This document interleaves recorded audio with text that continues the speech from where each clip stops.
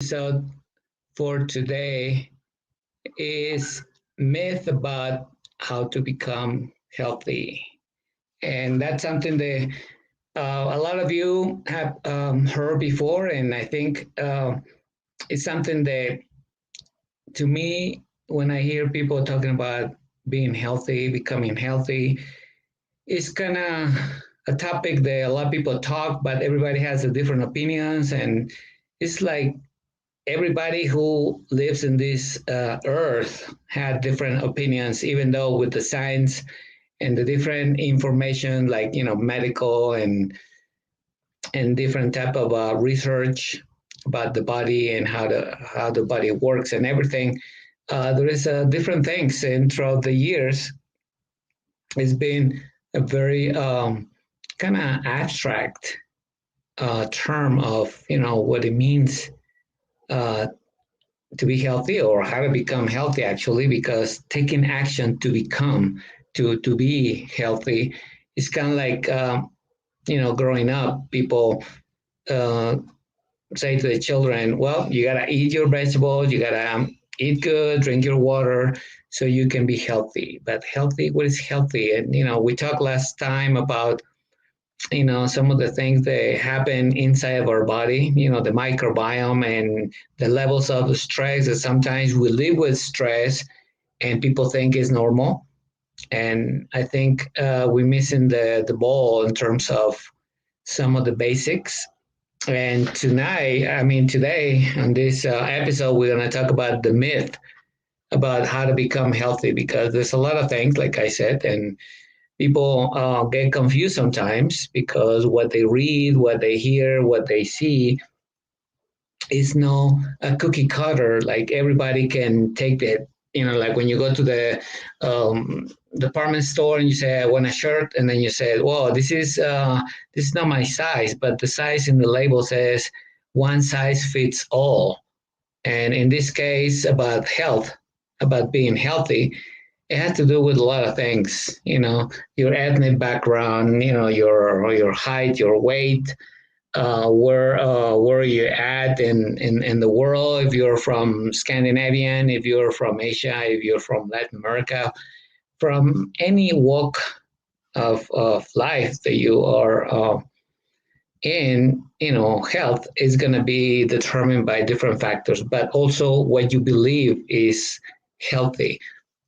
And I think for people, and especially growing up in some places, they will say to the kids, "Well, you gotta eat good because you wanna gain weight, you wanna be strong." And some of the kids, and I heard it before growing up, and they say, "Well, the grandma, or the parents, well, you're too skinny. You need to eat more so you can be healthy and not to be uh, sick when the cold comes or when you get sick." And I think it's very difficult to grasp it. Like even now with the information of depending of your body type and everything, you need to eat 3 meals a day. You need to da, da, da.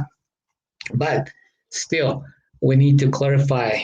And here at the Mind and Body Shop, I'm giving you specifics and very practical examples and tips that you can really put into practice in your own body, and obviously identify with a particular standards, so you can see if you're really healthy. Last time I mentioned I have this stress test that you can have free. You just have to send me an email to alfredoscoaching@gmail.com, so you can get this one and answer the questions.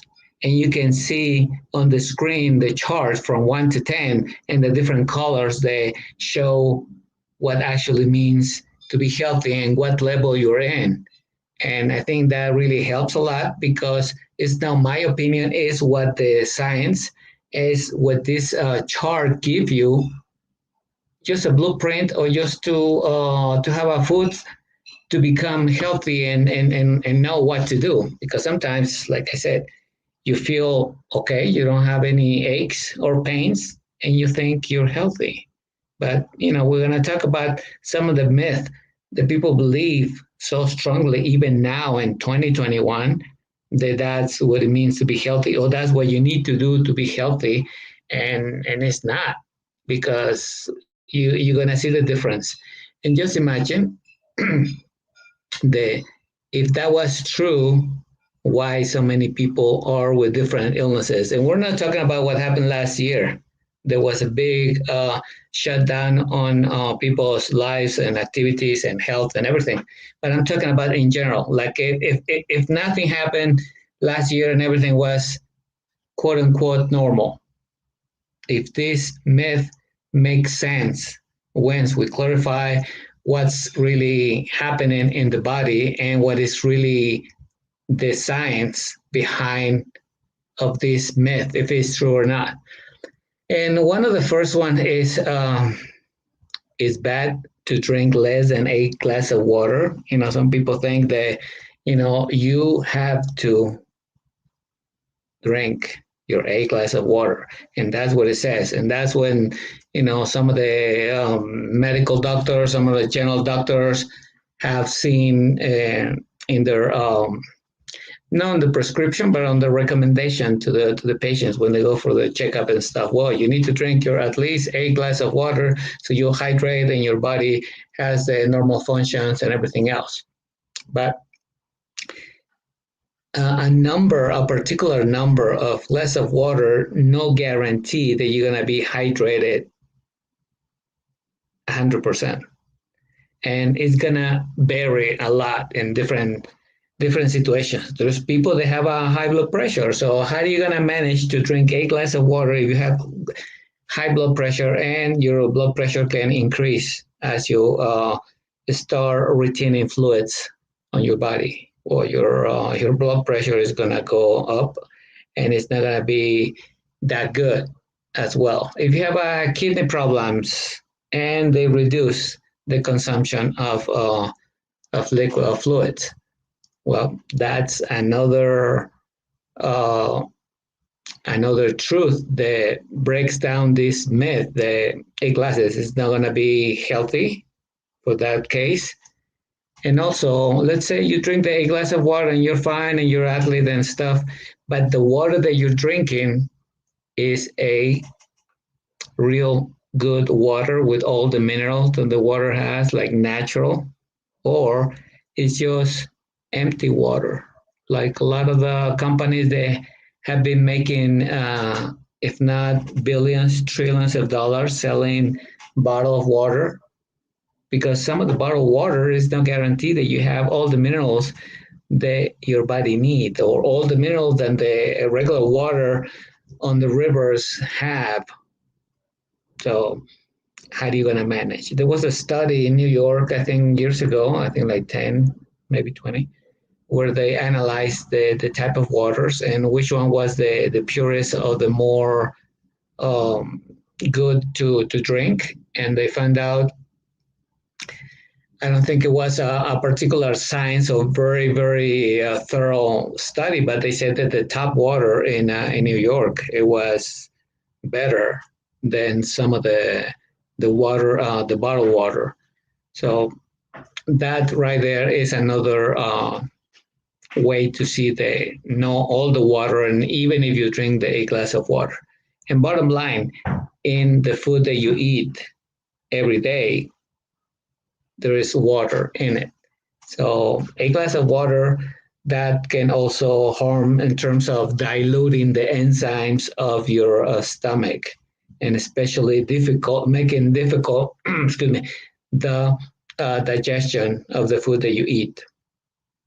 And sometimes people, their stomach have a different tolerance because they've been used to eating just small portions, or excuse me, drinking a small quantity of liquids. And if you start pouring glass of water like if it was no tomorrow because you have to have the 8 glass of water, that will put you in not a good sense of.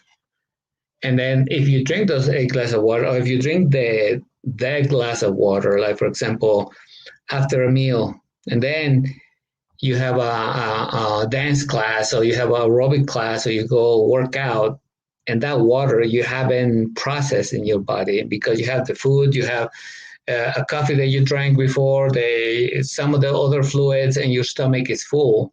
What's gonna happen with that water? It's gonna be just juggling inside your in your stomach, and it's gonna make you feel uncomfortable, maybe even throw up. It happens in many cases, and some of the places where I train people, sometimes drinking too much water or having a meal plus water and then doing some physical activity can cause stomach ache also. So take a look at how you're consuming the water, because just because those myth of you gotta drink a glass of water is true, not necessarily. And also check out the type of water that you're drinking. You know, the artesian wells, the natural sources of water are the ones that have better quality and also better pH on the water than regular random bottled water or filter water. Like some of the filter waters are actually pretty good, but you gotta test yourself and little by little basing how you consuming the liquids. If you haven't drinking much and then you start introducing water, start drinking it little by little. Like for example, when you wake up in the morning, you drink a small glass of water because you've been without any liquid throughout the sleep, or even after dinner, you ate at 9 o'clock and then you don't drink any water until 10 a.m. of the next day. You're a bit dehydrated, plus you don't have any food, and your body needs that hydration to have the normal process of absorption and all the nutrients processes. So that's one of those myths. And also the other one is all fats are bad. No, no, all those fats are bad. And sometimes people say, no, don't eat fat. If you want to lose weight, if you want to be healthy, don't eat fat. Fat is bad. So don't take it. So that's also another myth, because how do you know if it's good fat, if it's bad fat? Well, the monounsaturated fat are good versus polyunsaturated fat, which is all the palm oil, all the oils that are processed already. If it's not cold pressed, like the olive oil or the coconut oil, or even the oil from some of the nutrients like the avocado, like the coconut, like in some of the meats, like especially the omega-3 from salmon and other nutrients. You have a choice, and also you can see the difference right there. So if the label of what you're consuming in terms of oil has more ingredients than what it actually the oil says on the label, most likely is going to be a polyunsaturated fat. So that's fat that is not going to be helpful for you and can harm also. Plus, if you have a high cholesterol, if you have a hypertension, then you need to check with your doctor, but also what you're consuming. Because even when you go and you say, well, I just want to eat grilled fish or meat, like a lean meat, just grill it, give me some salad, or give me a Hollywood fish, or orange raffy, or any of those white fishes. Sometimes when they cook it outside, if you're not preparing at home, what they do in order to avoid getting stuck on the grill, they put butter or they put oil. And the combination of that, it will make it really polysaturated and very difficult to digest. So yeah, that fat is not gonna be good. And I'm sure, some of the places, even though they said it's natural and has no fat, the fat they use in order to avoid to get stuck on the grill or on the pan is going to be saturated fat. So you want to make sure that you choose where you eat, if you eat out, and also what type of fat are you consuming. Also, obviously, if you have some medical condition, you gotta watch it. But some of the natural and safe fats, good fats, are those like from avocado, some nuts, the some of the fish, and the coconut oil. So all the fats are bad. It's not true.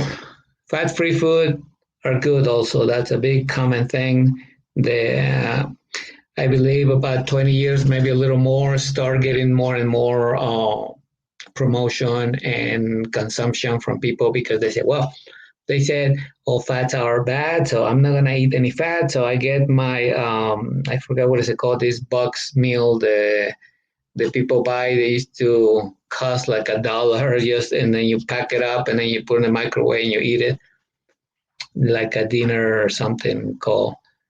That was loaded with salt, with bad fat, polysaturated fat, and obviously it wasn't good. Even though on the label says fat-free food are good for you. Why? Because they have other ingredients. They're just to preserve that food and to make it attractive to your taste buds, and also the flavors that will get you hooked to buy it. And because it says fat free, doesn't mean that it doesn't have any fat. Even if it was very low fat, if you read on the label and the ingredients, the first three ones are the ones that are loaded more quantity on it. And the last ingredients will be the minimum they show in the label that says fat free or sugar free. So you gotta be, you better watch out. And also, I would recommend not to eat for at least a week or two any processed food, either salads, fruits, even fruits, or meats, or grains, or even cereals. Why? Because some of them, they don't have the natural nutrients. And talking about fat-free food, like in some of the labels are more expensive and also more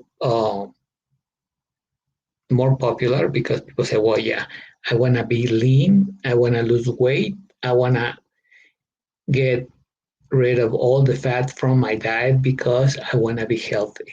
So see, right there, you're believing that that is going to make you healthy, but you're not analyzing how's your microbiome, how's your stress level, how's your hydration, how's your anxiety, if you're sleeping well, and then you're thinking about being healthy, cutting things from the outside when you need to look at the inside of your body. That's why in the Mind and Body Shop, I will tell you some of the insights, the companies, the big companies, and other people in the health industry with no real ethic will tell you about what to do to be healthy, or how to become healthy, or what is healthy. But in this case, we're talking about this myth, and fat free, and you're too old to exercise. That's the other myth, you know.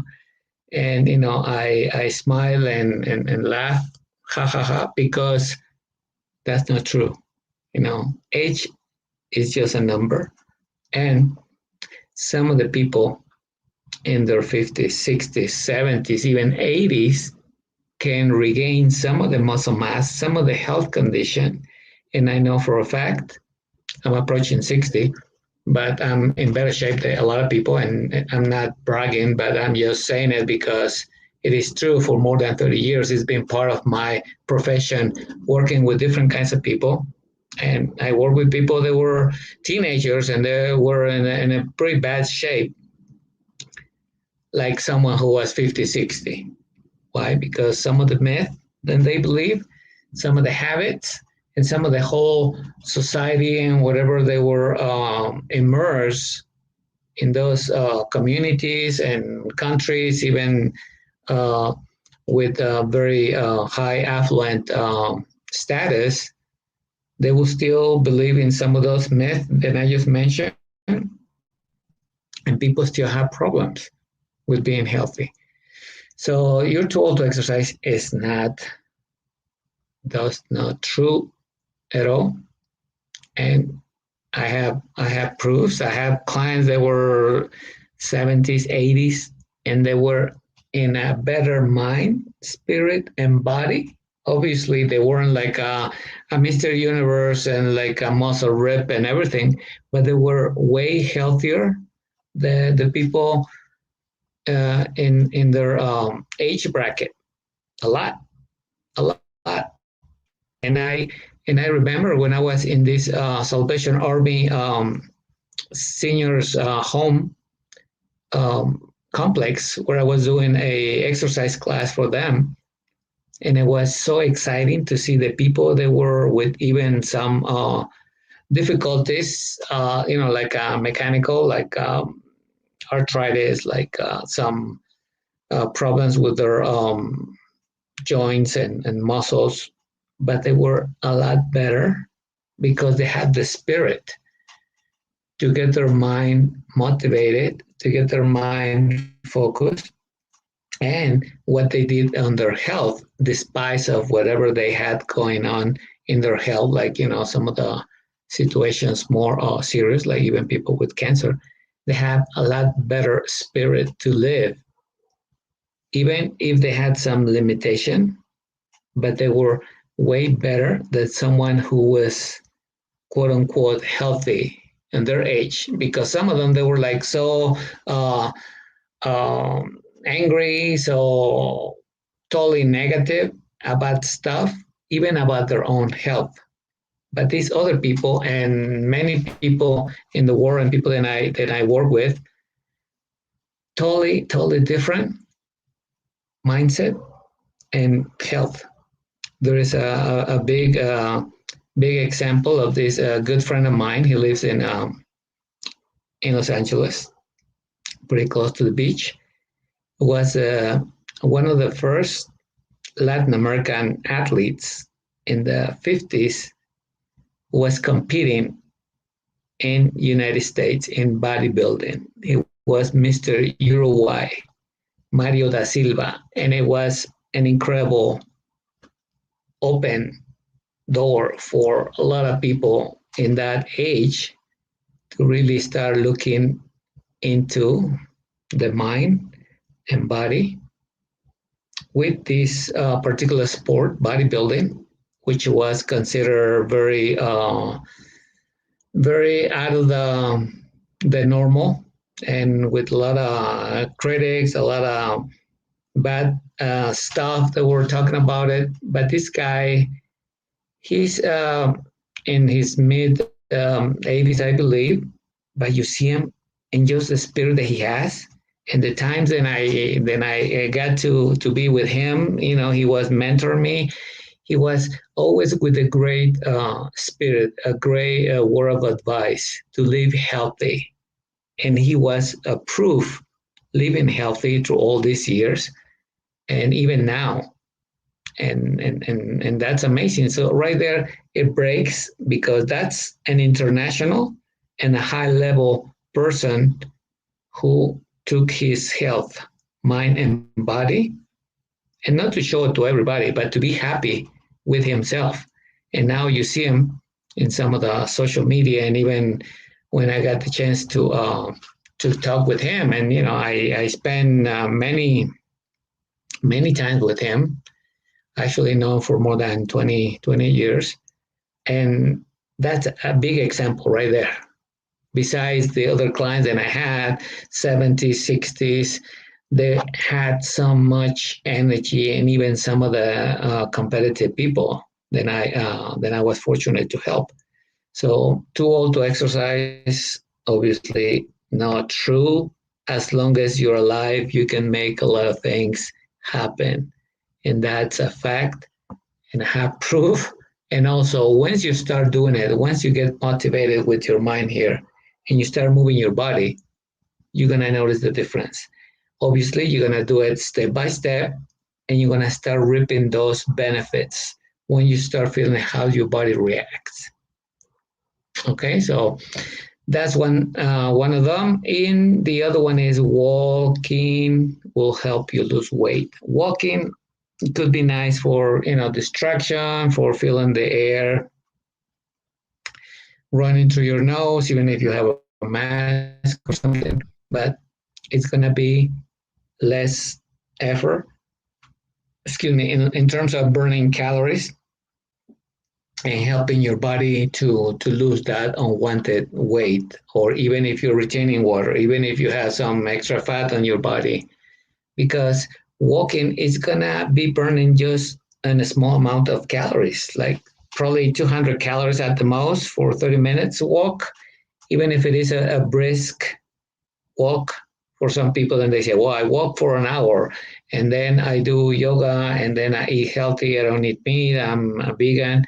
But you're looking at the body composition and maybe they're slim, but they don't have muscle tone. They don't have the stamina, even though they might feel lighter.